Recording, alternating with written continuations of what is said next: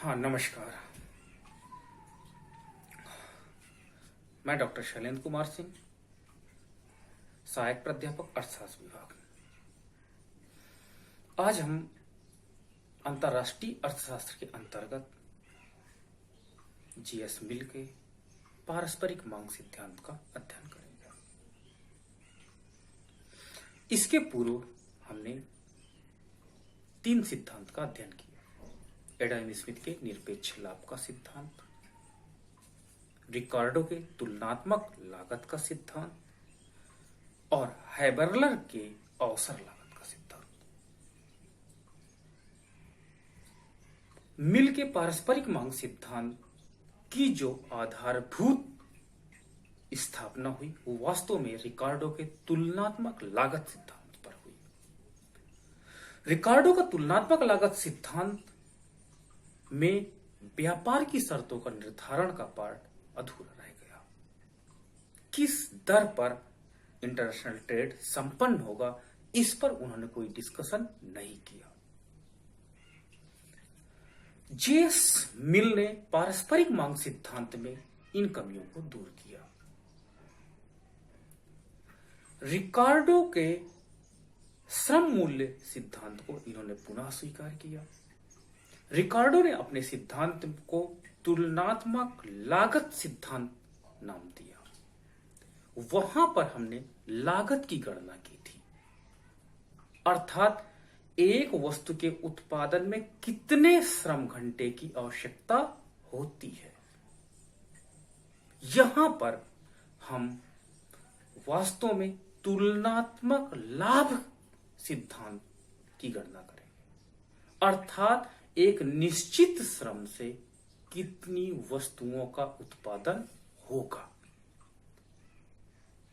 पहली चीज तो रिकार्डो का तुलनात्मक लागत सिद्धांत के स्थान पर यहां पर तुलनात्मक लाभ सिद्धांत की हम गणना करेंगे। इसके अंतर्गत निश्चित श्रम से कितनी वस्तुओं का उत्पादन होगा उसके आधार पर तुलना की जाएगी।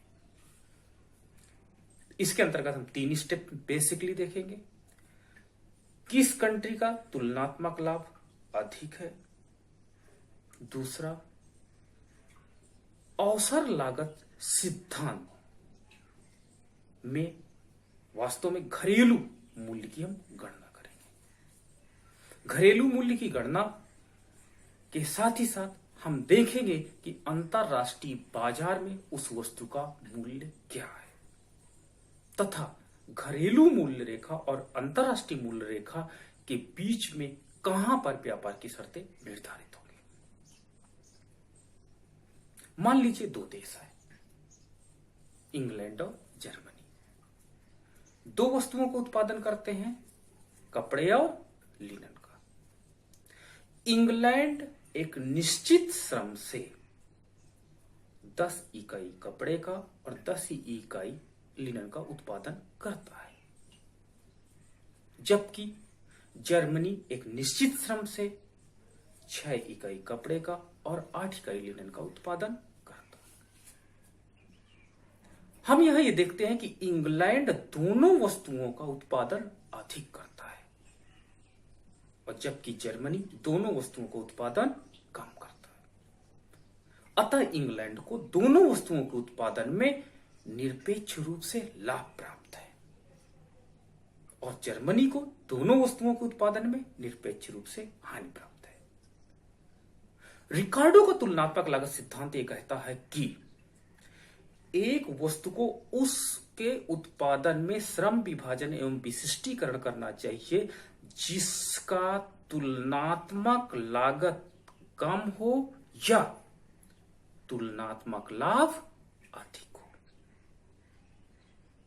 यहां पर इंग्लैंड को दोनों वस्तुओं के उत्पादन में निरपेक्ष लाभ है, अतः तुलनात्मक लाभ की गणना करेंगे कि उसे कपड़े के उत्पादन में तुलनात्मक लाभ अधिक प्राप्त हो रहा है या लिनन के उत्पादन में। वहीं तरह जर्मनी का हम चेक करेंगे। इस प्रकार हम देखेंगे कि इंग्लैंड किस वस्तु के उत्पादन में स्पेशलाइजेशन करेगा और पुर्तगाल किस पे और जर्मनी किस पर करेगा। इसके बाद हमारा जो मुख्य है कि हम घरेलू मूल्य की दोनों देशों की गणना करेंगे। और इस घरेलू मूल्य में जो देश सबसे पहले प्रस्ताव रखेगा ट्रेड का, व्यापार की शर्तें सदैव उसके विरुद्ध होंगी। पारस्परिक मांग सिद्धांत ये हमें बताता है कि जो कंट्री सबसे पहले प्रपोजल रखती है, व्यापार की शर्तें अधिकतर उसी के विरुद्ध प्राप्त होती हैं। मिल ने अपने पारस्परिक मांग सिद्धांत में इस बात का स्पष्टीकरण तो कर दिया कि वास्तव में पारस्परिक मांग कैसे व्यापार की शर्तों का निर्धारण करेगा, लेकिन इस बात का निर्धारण नहीं करेगा कि वास्तव में कहां रहेगा। इसी सिद्धांत को आगे बढ़ाने के लिए वास्तव में प्रस्ताव वक्र, एचवर्थ के प्रस्ताव वक्र की भूमिका स्पष्ट हुई, जो हम अगले टॉपिक में डिस्कस करेंगे। वो वास्तव में मिल के पारस्परिक मांग सिद्धांत को ही स्पष्टीकरण करने के लिए ऑफर कर्व या प्रस्ताव वक्र का कॉन्सेप्ट या विचारधारा प्रारंभ हुई। तो आइए हम रेखा चित्र के माध्यम से मिल का पारस्परिक मांग सिद्धांत स्पष्ट करते हैं। यहां पर हम सारणी से देख सकते हैं कि दो देश इंग्लैंड और जर्मनी है। एक निश्चित श्रम की मात्रा से इंग्लैंड कपड़े की 10 इकाई का उत्पादन कर सकता है और लिनन की भी 10 इकाई का उत्पादन कर सकता है, जबकि जर्मनी 6 इकाई का उत्पादन करता है और लिनन की 8 इकाई का उत्पादन करता है। अब हम यहां पर देखते हैं कि इंग्लैंड क्लॉथ और लिनन दोनों का उत्पादन अधिक कर लेता है। अतः यहां पर हम देखते हैं कि वास्तव में इंग्लैंड का तुलनात्मक लाभ हमें टेस्ट करना होगा। इंग्लैंड का तुलनात्मक लाभ गणना करने के लिए इंग्लैंड के क्लॉथ को हम जर्मनी के क्लॉथ से डिवाइड करते हैं।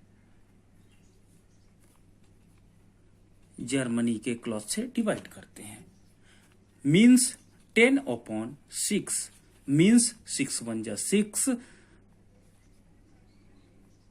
6 7 जा 6 6 जा 36, 1.6।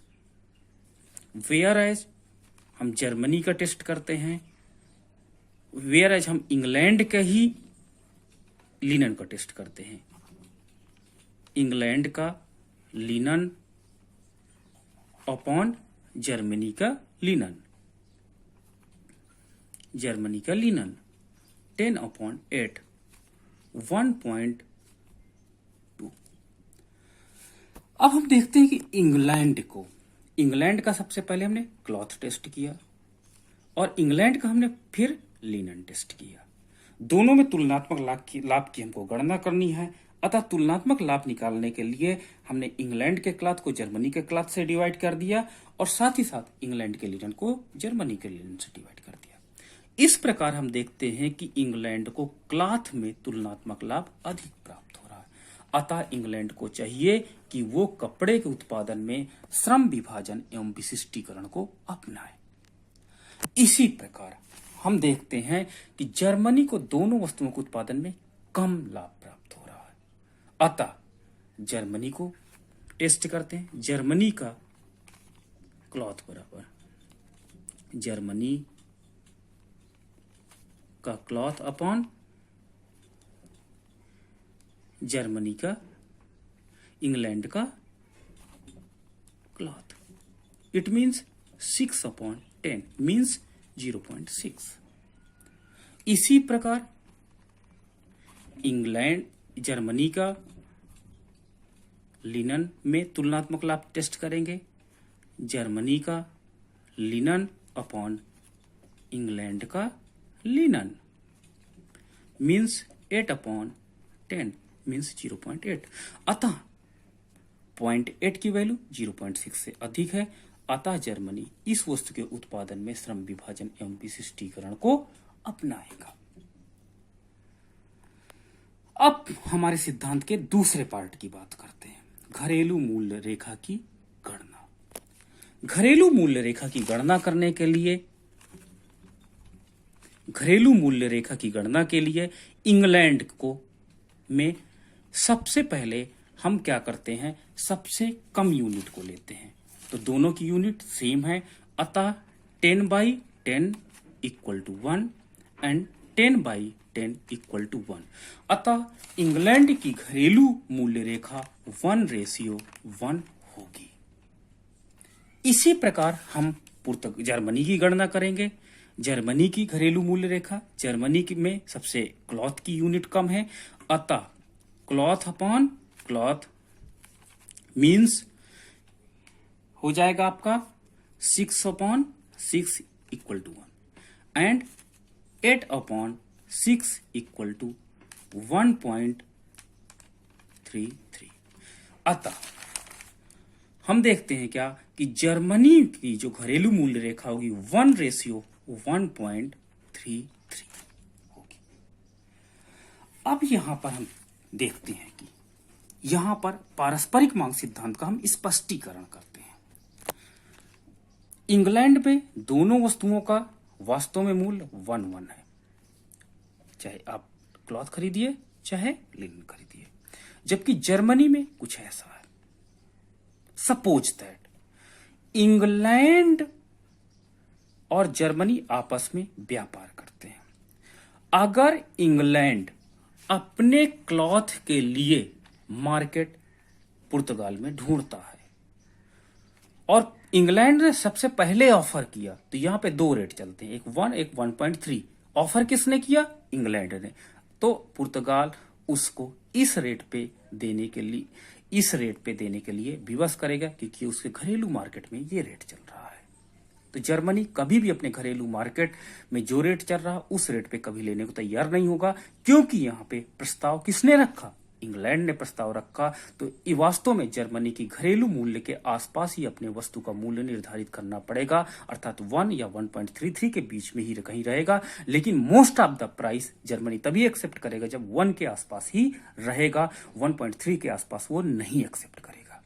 यदि जर्मनी ने अपने लिनन का इंग्लैंड के मार्केट में बेचना चाहता है, भले जर्मनी 1.33 रेशियो का बनाता है, लेकिन इंग्लैंड को, क्योंकि इसने प्रस्ताव रखा, अतः इंग्लैंड के घरेलू मूल्य के आसपास ही इसको बेचना पड़ेगा। इस प्रकार जेएस मिल का पारस्परिक मांग सिद्धांत ये हमें बताता है कि एक देश को वास्तव में उस वस्तु का विनिमय मूल्य वही मिलेगा जो वास्तव प्रस्तावित करेगा। अधिकतर सिद्धांत में हमारा ये सिद्धांत हमें ये बताता है कि जो देश सबसे पहले प्रपोजल रखता है, व्यापार की शर्तें उसके विरुद्ध रहती हैं, वस्तु का मूल्य उस देश के घरेलू मूल्य के आसपास ही निर्धारित किया जाता है। इस सिद्धांत का और अधिक स्पष्टीकरण करने के लिए मार्शल एचवर्थ द्वारा प्रस्तावित प्रस्तावक के माध्यम से हम अगले वीडियो में इस सिद्धांत का और अधिक स्पष्टीकरण करेंगे। अतः हम ब्रीफ में हम ये जान सकते हैं कि